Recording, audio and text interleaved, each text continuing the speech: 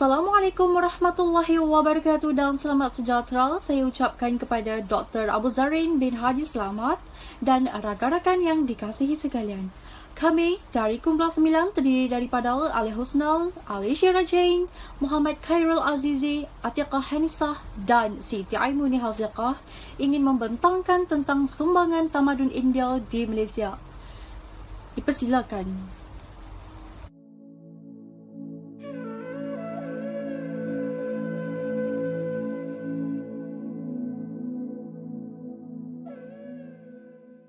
Salam sejahtera dan salam perpaduan kepada Dr. Abu Zarin dan rakan-rakan yang saya kasihi sekalian.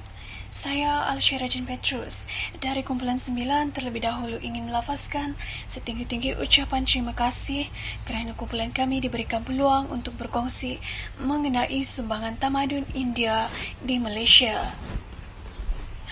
Tamadun merujuk kepada keadaan di mana manusia mengalami taraf kemajuan dan perkembangan dari segi kebendaan dan tingkat pemikiran. Tamadun India bermula di Lembah Indus, kemudian tersebar ke pelosok Nusantara Asia Tenggara, khususnya di negara kita, Malaysia. Tamadun India menekankan cara hidup berkeluarga serta komuniti yang begitu sinonim dengan nilai ketimuran. Tamadun India di Malaysia bermula sejak zaman pemerintahan Kesultanan Melayu Melaka lagi. Hal ini kerana golongan India merupakan pedagang yang aktif di Selat Melaka. Pedagang-pedagang India ini kemudiannya menyebarkan tamadun mereka, khususnya melalui perkahwinan. Kesan pengaruh tamadun India yang ketara di Malaysia dapat dilihat dari segi sistem politik, sosioekonomi, kesenian, pendidikan, budaya dan agama. Kebudayaan tamadun India yang masih diamalkan pada hari ini telah pun sebati dalam kehidupan seharian masyarakat kita. Namun, setelah kemunculan ajaran agama Islam, amalan tamadun ini kebanyakannya didapati bercanggah dengan nilai Islam, lalu dihapuskan dan digantikan dengan nilai Islam yang berlandaskan syariah dan Al-Quran.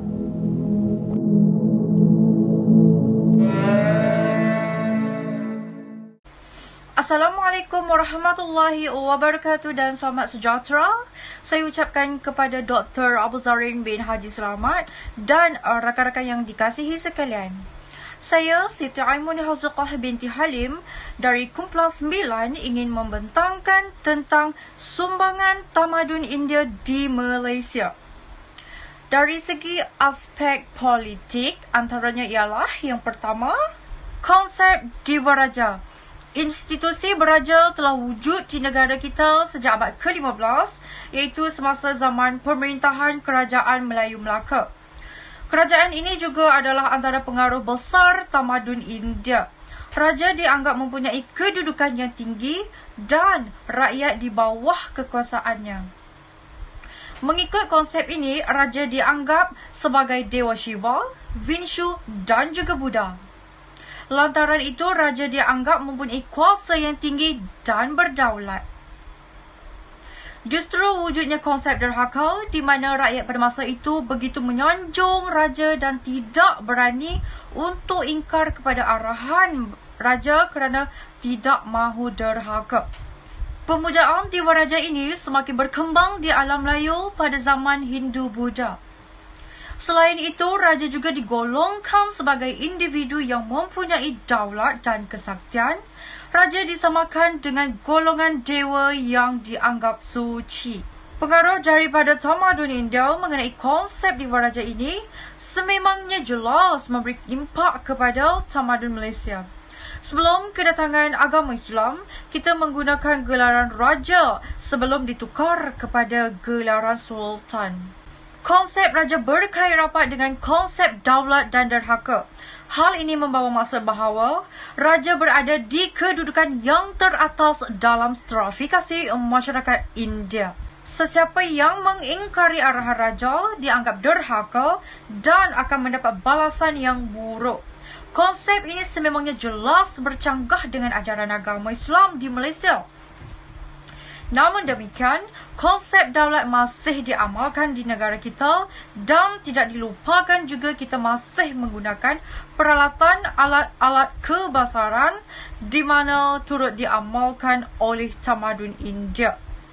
Antara contohnya ialah ketur, cap mohor, tombak dan perhiasan yang berwarna kuning yang masih kita amalkan sehingga ke saat ini. Amalan sistem beraja di tamadun Malaysia dewasa ini juga menunjukkan bahawa pengaruh Hindu sememangnya sudah sebati dengan amalan yang diamalkan dalam tamadun Malaysia. Seterusnya, adat Temenggung. Adat Temenggung ini dibawa ke Melaka pada kurun ke-15 dan diamalkan oleh seluruh negeri-negeri Melayu kecuali Negeri Sembilan. Hal ini demikian kerana Negeri Sembilan menggunakan adat perpati. Pada peringkat awal penyebaran adat Temenggung ini, adat ini mempunyai pengaruh agama Hindu terutama dalam undang-undang Manu. Apabila Islam berkembang, adat ini menerima pengaruh Islam dan hukum syarak mengikut mazhab Syafi'i. Seterusnya, adat Temenggung mengamalkan sistem pemerintahan secara autokratik, iaitu kuasa terletak di tangan raja atau sultan. Adat ini mementingkan golongan raja dan golongan yang memerintah. Punca struktur politik ialah raja dan diikuti oleh kerabat raja, pembesar-pembesar negeri yang memegang jawatan tertentu dan pembesar wilayah atau jajahan, manakala lapisan bawah pula ialah ketua kampung yang mentadbir kampung. Seterusnya, dari segi sistem sosial, terdapat 3 aspek utama iaitu sistem kasta, sistem penghambaan dan adat resam. Di Malaysia, amalan kasta masih diamalkan oleh masyarakat India tetapi tidak sehebat di India. Ianya cuma menjadi istilah. Fahaman sistem kasta sebenarnya berkait rapat dengan agama Hindu, di mana masyarakatnya diklasifikasikan mengikut kelas sosial seperti Brahmin, diwakili golongan penduduk ahli agama seperti Sami dan guru agama. Golongan Kshatriya seperti pemerintah, pentadbir dan tentera. Golongan Vaishya iaitu peniaga, saudagar dan ceti, manakala Sudra kebanyakannya terdiri daripada golongan pekerja seperti petani dan buruh. Dari segi sistem penghambaan, yang pertama iaitu konsep Deva Raja. Sebelum kedatangan Islam, iaitu mereka percaya bahawa Raja adalah jelmaan Dewa Shiva, Vishnu dan Buddha. Konsep ini bercanggah dengan fahaman ajaran agama Islam yang ada di Malaysia. Namun, konsep daulat masih diamalkan dan kita masih menggunakan alat-alat kebesaran diraja yang dipengaruhi oleh tamadun India.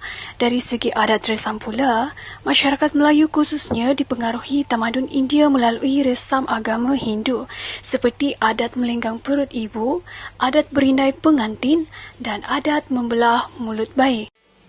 Assalamualaikum dan salam sejahtera kepada rakan-rakan seperjuangan yang saya hormati sekalian, dan tidak lupa juga kepada Dr. Abu Zahrin bin Selamat. Nama saya Muhammad Khairul Aziz bin Uthman.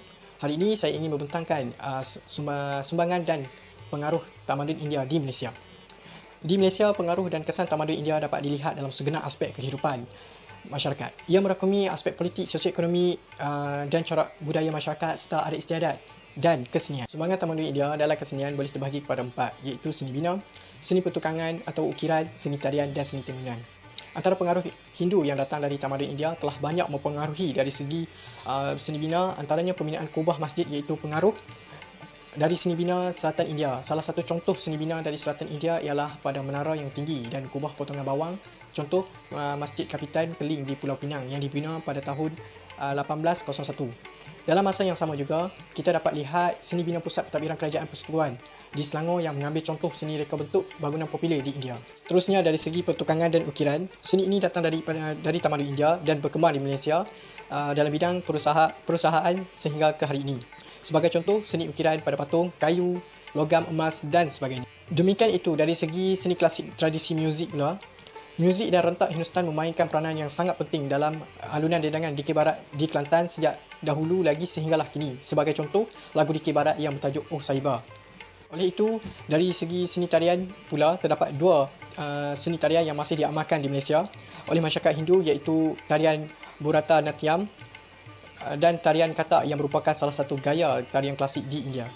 Akhir sekali, dari segi tenunan, seni tenunan dari India ini bermotifkan fauna seperti gambar gajah, burung, merak dan sebagainya. Setelah kehadiran Islam, motif ini telah diubah kepada bermotifkan flora. Namun pengaruh itu masih lagi dapat dilihat melalui pakaian masyarakat India pada hari ini. Sebagai contoh, kain cindai, kain lamar yang masih digunakan pada hari ini dalam kehidupan seharian mereka, termasuklah masyarakat-masyarakat yang ada di Malaysia. Assalamualaikum warahmatullahi wabarakatuh dan salam sejahtera. Nama saya Atikah Hanisa binti Abdullah, Kad Metrik di 2020096755. Hari ini saya ingin membentangkan sumbangan tamadun India daripada aspek pendidikan. Peningkatan dalam bidang pendidikan bermula pada zaman Vedic. Pendidikan mereka adalah berteraskan agama Hindu untuk menyediakan manusia menghadapi hari selepas mati. Pada awalnya, pendidikan hanya diberikan kepada kaum lelaki, manakala kaum wanita tidak diberikan peluang pelajaran. Sumbangan pendidikan dalam tamadun India boleh terbahagi kepada bahasa, perubatan, sains dan matematik. Bahasa dalam pendidikan tamadun India adalah pengaruh Hindu yang datang kepada tamadun India telah banyak mempengaruhi ilmu dari segi bahasa di Malaysia. Contohnya, boleh didapati dalam batu bersurat Kadukan Bukit 683 Masihi. Sebagai contoh, bahasa Melayu kuno dan bahasa Sanskrit. Bahasa Melayu kuno, bulan. Bahasa Melayu, bulan. Bahasa Sanskrit, manua. Bahasa Melayu, benua. Tamil yang berasal daripada bahasa Sanskrit jika dibandingkan dengan bahasa Melayu. Sebagai contoh bahasa Sanskrit adalah akasa, bahasa Melayu angkasa, bahasa Tamil akasa. Perubatan dalam tamadun India adalah unsur-unsur bidang perubatan termasuk fiziologi, pembedahan, pernafasan melalui amalan yoga, reduksi manusia dan vegetarian telah muncul sebelum tahun Masihi lagi. Amalan yoga telah mengutamakan ketenangan minda kepada penting kesihatan mempunyai kaitan dengan amalan meditasi dalam ajaran Hindu. Menurut teks-teks Ayurvedic atau Ayurveda, knowledge of life, badan manusia terbentuk daripada kombinasi angin, api dan lendir. Serangan penyakit adalah disebabkan ketidakseimbangan dalam badan dan dirawat menggunakan ubatan herba dan minyak. Teks-teks tersebut dianggap penting dalam perubatan hingga ke hari ini. Seterusnya, ilmu astronomi. Ilmu astronomi dan kalender iaitu Jyotisu. Satu bahagian utama Veda merupakan perkiraan astronomi digunakan menentukan tarikh dan masa bagi upacara pengorbanan. Kedudukan longitud matahari dan bulan telah dibuat berkaitan dengan upacara Brahmanik. Berdasarkan kiraan astronomi ini muncul kalender matahari. Masyarakat tamadun India juga berjaya menemui 7 planet tanpa bantuan teknologi. Ilmu fizik dan kimia pula. Ilmu ini juga berkaitan dengan agama dan teknologi.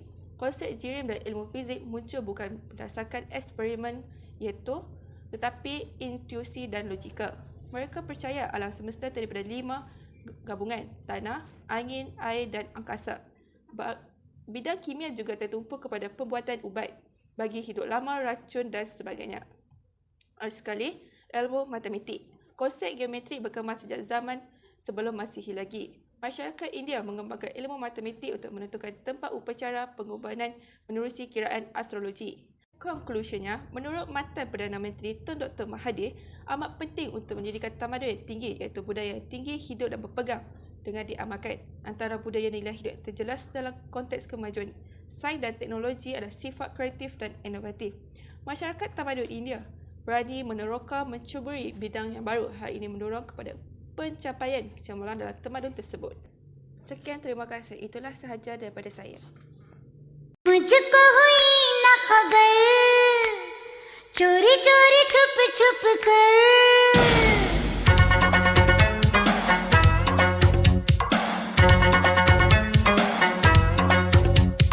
मुझको हुई न खबर चोरी चोरी छुप छुप कर. Hai, Assalamualaikum semua. Jadi saya akan sambung pula pada sumbangan tamadun India dari segi agama dan budaya. Seperti yang kita ketahui, penganut agama Hindu dan Buddha ini sememangnya sudah wujud di Malaysia sejak kurun pertama Masihi lagi. Mereka juga percaya akan konsep Hindu dan Buddha. Saban tahun kita boleh melihat mereka mengamalkan upacara keagamaan seperti Wesak dan Deepavali. Contohnya di Batu Cave merupakan lokasi wajib bagi penganut agama Hindu apabila tibanya hari Deepavali.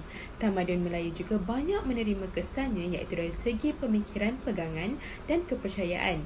Pada awalnya, masyarakat Melayu tertarik dengan ajaran Hindu kerana terdapat persamaan kepercayaan mereka dengan roh dan alam semula jadi. Bukti kedatangan agama Hindu dan Buddha pada ketika itu ialah peninggalan candi Bukit Batu Pahat di Lembah Bujang dan imej Buddha yang diperbuat daripada gangsa di Lembah Bujang. Seterusnya, tamadun India juga meninggalkan kesan dalam aspek budaya. Sebagai contoh, kaum ini sentiasa menyapa dengan sebutan Vanakkam dan sentiasa bertanyakan tentang kesihatan, kerja, perniagaan atau sebagainya.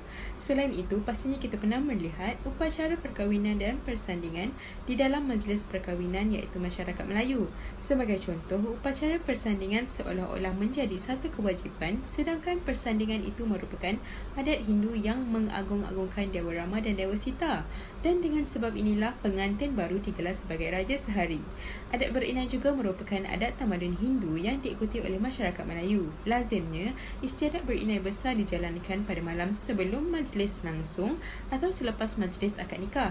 Pengantin perempuan akan memakai inai pada kesemua jari, tangan dan jari kaki, manakala pengantin lelaki hanya memakai pada 3 jari sahaja. Hal ini menyebabkan pengaruh tamadun India dari segi perkahwinan dan persandingan wajib diikuti oleh masyarakat Melayu di Malaysia hinggalah sekarang. Tamadun India juga telah mempengaruhi tamadun Melayu di Malaysia dari segi makanan. Antara contoh makanan tradisional tamadun India ialah roti canai, paratha dan puri. Makanan ini merupakan makanan kegemaran kaum India. Namun kini makanan ini semakin digemari oleh sesiapa sahaja tidak kira bangsa dan agama. Terutamanya roti canai berjaya meletakkan tarafnya bersama dengan nasi lemak yang merupakan makanan tradisional tamadun Melayu dan ini amat diminati oleh sebilangan besar rakyat Malaysia sekarang. Pakaian tradisional tamadun India juga telah banyak mempengaruhi dan meninggalkan kesan kepada tamadun Melayu dan rakyat Malaysia. Antara pakaian tradisional tamadun India ialah sari dan kurta. Sari amat dikenali di dunia kerana rakyat daripada pelbagai bangsa meminati reka bentuknya.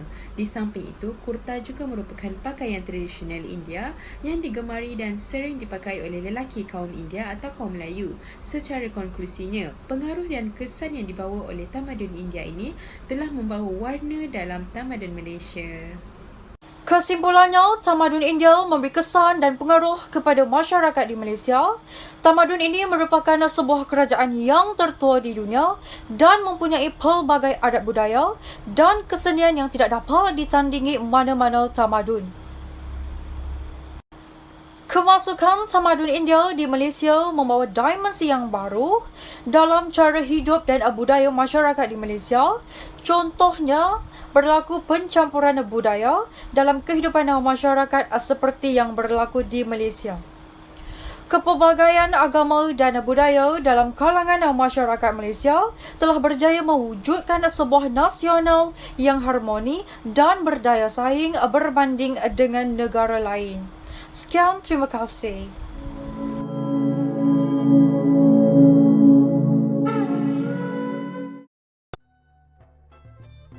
Assalamualaikum warahmatullahi wabarakatuh dan selamat sejahtera. Saya ucapkan kepada Dr. Abuzarin bin Hadi Selamat dan rakan-rakan yang dikasihi sekalian. Kami dari Kumpulan 9 yang terdiri daripada Alia Husna, Ali Syara Jane, Muhammad Khairul Azizi, Atiqah Hanisah dan Siti Aimuni Haziqah ingin membentangkan tentang adab dalam kehidupan seharian mengikut pelbagai tamadun. Dipersilakan.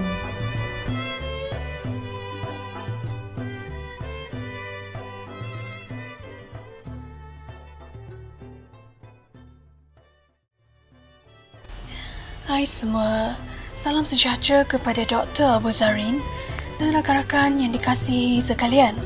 Kali ini saya, Alsyira Jane Petrus dan rakan saya ingin berkongsi mengenai adab dalam kehidupan seharian menurut pelbagai tamadun. Menurut Kamus Dewan Bahasa dan Pusaka, adab membawa maksud tingkah laku serta tutur kata yang halus atau sopan, berbudi bahasa dan berbudi pekerti dalam situasi tertentu. Adab dan tamadun sangat berkait rapat kerana adab membentuk tingkat kemajuan dalam kehidupan dari segi jasmani dan rohani sesuatu bangsa atau masyarakat sehingga mewujudkan suatu tamadun dalam skop yang lebih kompleks. Negara kita, Malaysia, juga merupakan sebuah negara yang bertamadun. Hal ini kerana masyarakat kita telah maju dari segi pemikiran di samping menekankan konsep ketimuran yang lebih beretika, halus dan sopan.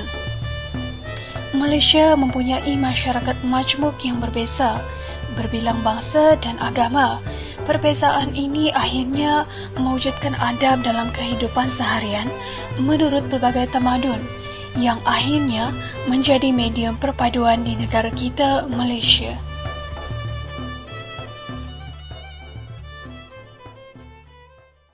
Bismillahirrahmanirrahim. Assalamualaikum warahmatullahi wabarakatuh dan salam sejahtera saya ucapkan kepada semua. Bertemu lagi dengan saya pada minggu ini, iaitu dalam rancangan Tak Kenal Maka Tak Cinta.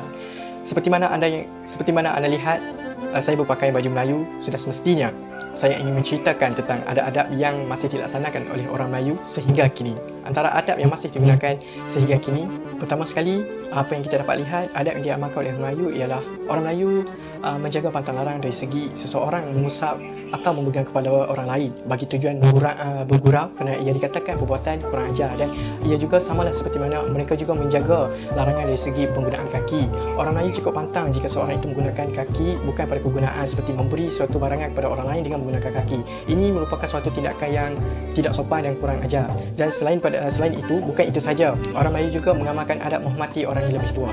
Amalan seperti ini amat dititik beratkan dalam penghidupan orang Melayu. Selain kedua orang tua kita sendiri, golongan yang lebih tua patut dihormati bagi orang yang lebih muda. Orang yang lebih muda harus menundukkan badan semasa lalu di hadapan orang yang lebih tua, berserta dengan senyuman serta bertutur dengan intonasi yang rendah. Seterusnya, orang Melayu juga mengamalkan adab bertandang. Dalam masyarakat Melayu, bertandang atau dalam Islamnya disebut juga ziarah. Sememangnya ziarah ini mesti pada waktu tertentu. Sebagai contoh, jika seseorang itu hendak bertandang ke rumah jiran ataupun rakan, perlulah pada hari yang sesuai. Hal ini bertujuan agar kita tidak mengganggu waktu peribadi mereka dalam masa yang sama. Kita digalakkan membawa buah tangan sebagai salam perkenalan ataupun menyambung hubungan. Waktu itu, orang Melayu juga tidak ketinggalan mengamalkan adab menziarahi orang sakit. Begitu juga dengan pemilihan waktu yang sesuai untuk melakukan ziarah. Hal ini demikian kerana pemilihan waktu yang sesuai untuk menziarah orang sakit amat penting bagi mengelakkan kita hadir pada waktu-waktu berkemungkinan pesakit sedang berehat atau membersihkan diri sekaligus dalam tempoh yang singkat. Kita juga disarankan agar mengurangkan percakapan dengan pesakit. Demikian itu perlulah menzahirkan kemampuan dan keprihatinan terhadap orang yang sakit kerana ini merupakan suatu adab orang Melayu untuk menunjukkan kehormatan kita kepada pesakit. Selain itu, masyarakat Melayu juga tidak ketinggalan dalam adab pergaulan dalam masyarakat. Hal ini demikian kerana masyarakat Melayu cukup sensitif dalam aspek pergaulan sosial. Keprihatinan ini dapat dilihat dalam masyarakat Melayu Keprihatinan ini dapat dilihat dalam masyarakat Melayu hari ini, iaitu sangat menitik beratkan mengenali antara satu sama lain. Sebagai contoh, bergotong royong dalam banyak aktiviti seperti kenduri kenara, kematian, sakit, demam dan sebagainya. Oleh itu, tidak ketinggalan juga orang Melayu pada zaman dahulu amat mementingkan adab dan sopan santun semasa makan, sama ada di rumah ataupun di majlis-majlis keramaian. Dalam hal ini terbahagi kepada dua bahagian, iaitu pantang larang dan adab tertib. Ketika berkunjung ke rumah orang, apabila tuan rumah menghidangkan makanan atau minuman, janganlah menolaknya. Dan seharusnya juga kita tidak dibenarkan untuk bercakap-cakap ketika makan. Hal ini demikian kerana ini akan menimbulkan suasana yang tidak nyaman kepada orang sekeliling ketika kita mengunyah makanan tersebut.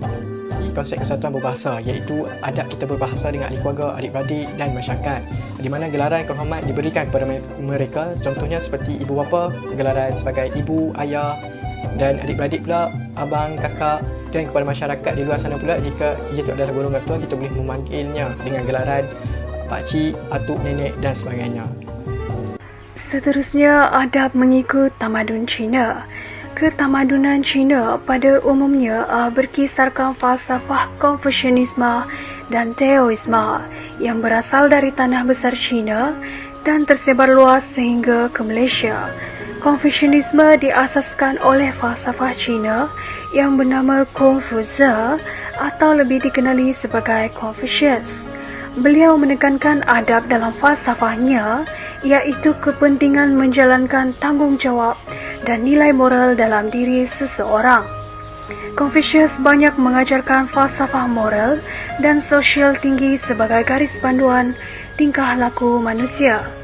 Contohnya, konsep Li dalam masyarakat Cina lebih menekankan kesopanan budi pekerti dalam pelaksanaan upacara.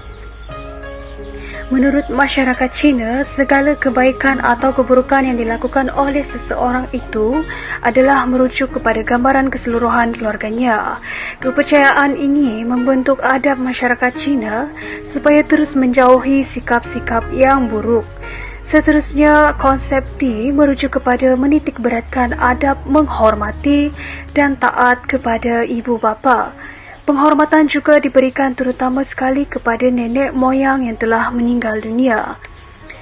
Manakala falsafah Taoisme dalam ketamadunan masyarakat Cina adalah berteraskan agama Buddha, lebih menekankan adab pemakanan dan penjagaan kesihatan mental, contohnya melakukan meditasi. Di Malaysia, masyarakat Cina mematuhi beberapa pantang larang, terutama sekali ketika menjaga adab semasa makan. Antaranya ialah tidak membuka mulut ketika mengunyah makanan, kerana bunyi kunyahan menimbulkan perasaan jijik kepada orang lain. Tidak boleh makan tanpa menunggu seisi rumah untuk makan bersama.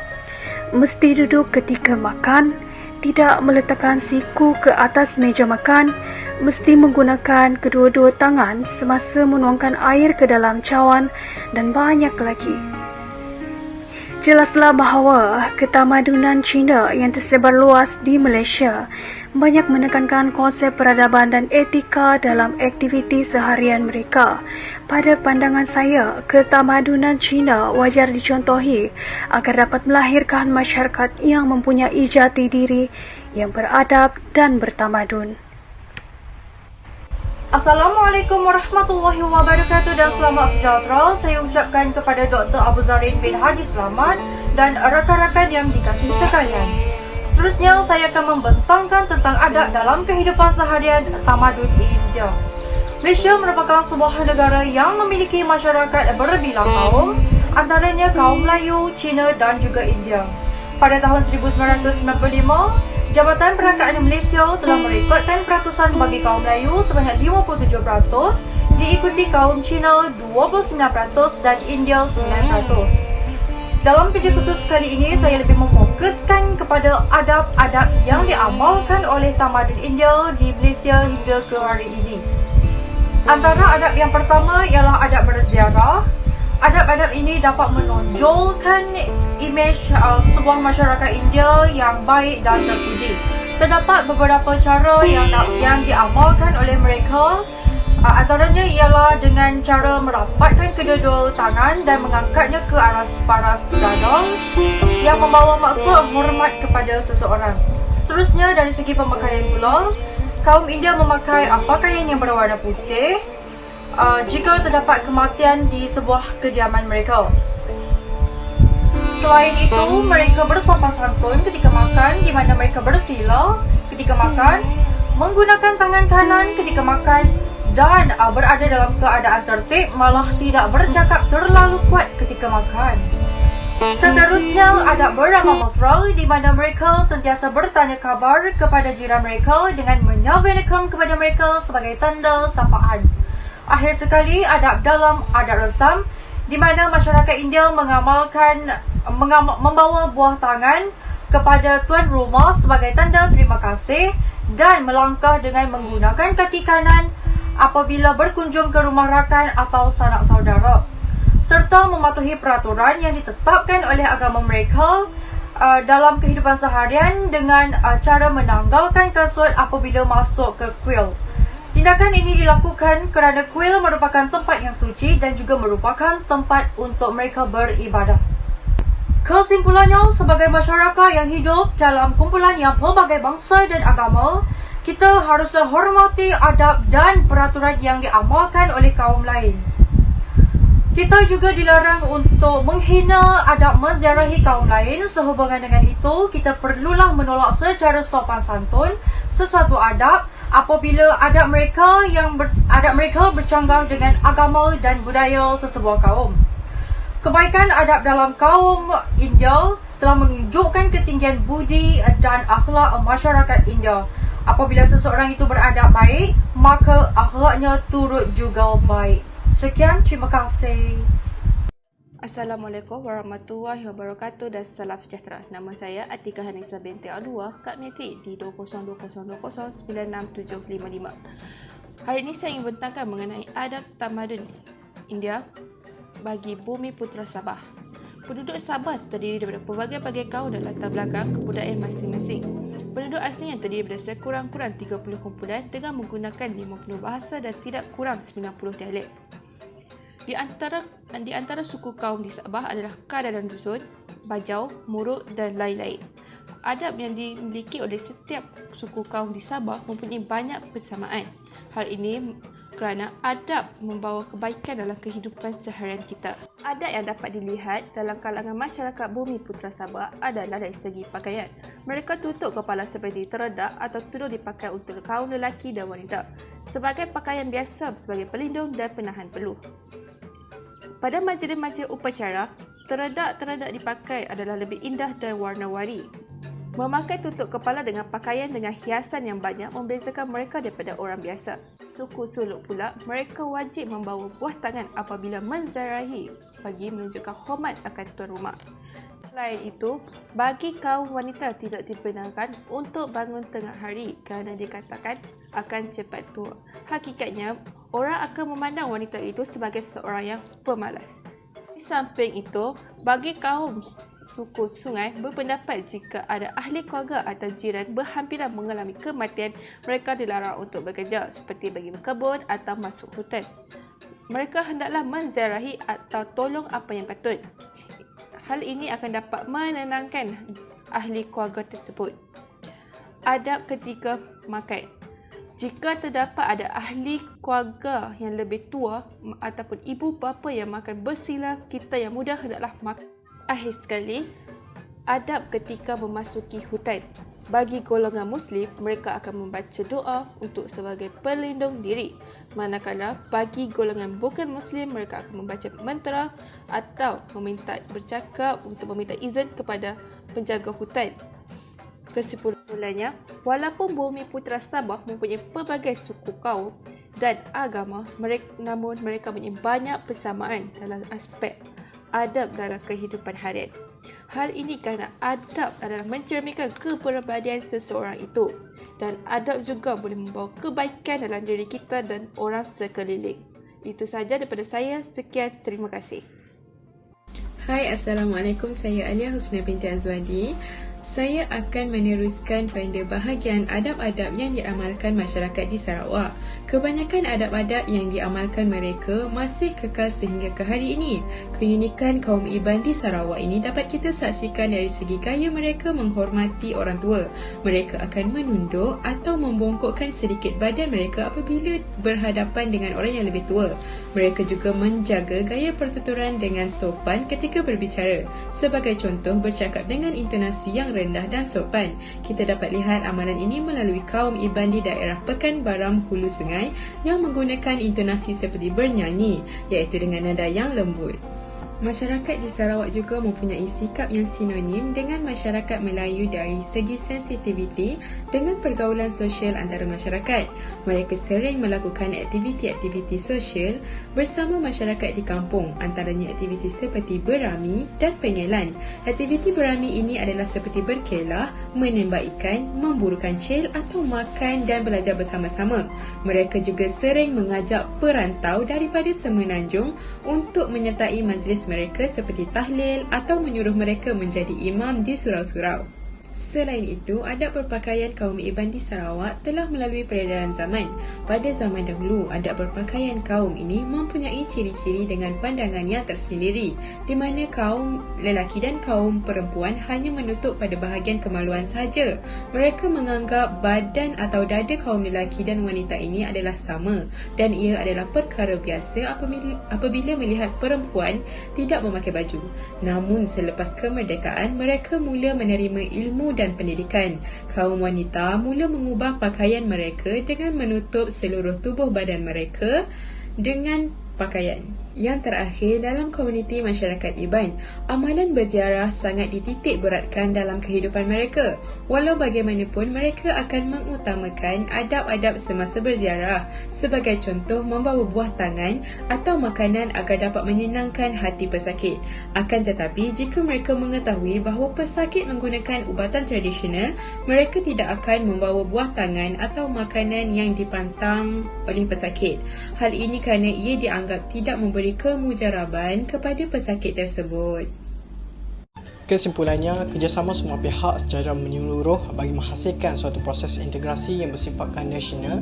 Sebarang ancaman yang dilihat berpotensi merencatkan pembinaan asas keharmonian ini perlulah segera dicantas sama ada menerusi kempen dan dialog maupun penguatkuasaan undang-undang bagi menjamin kestabilan dan keharmonian.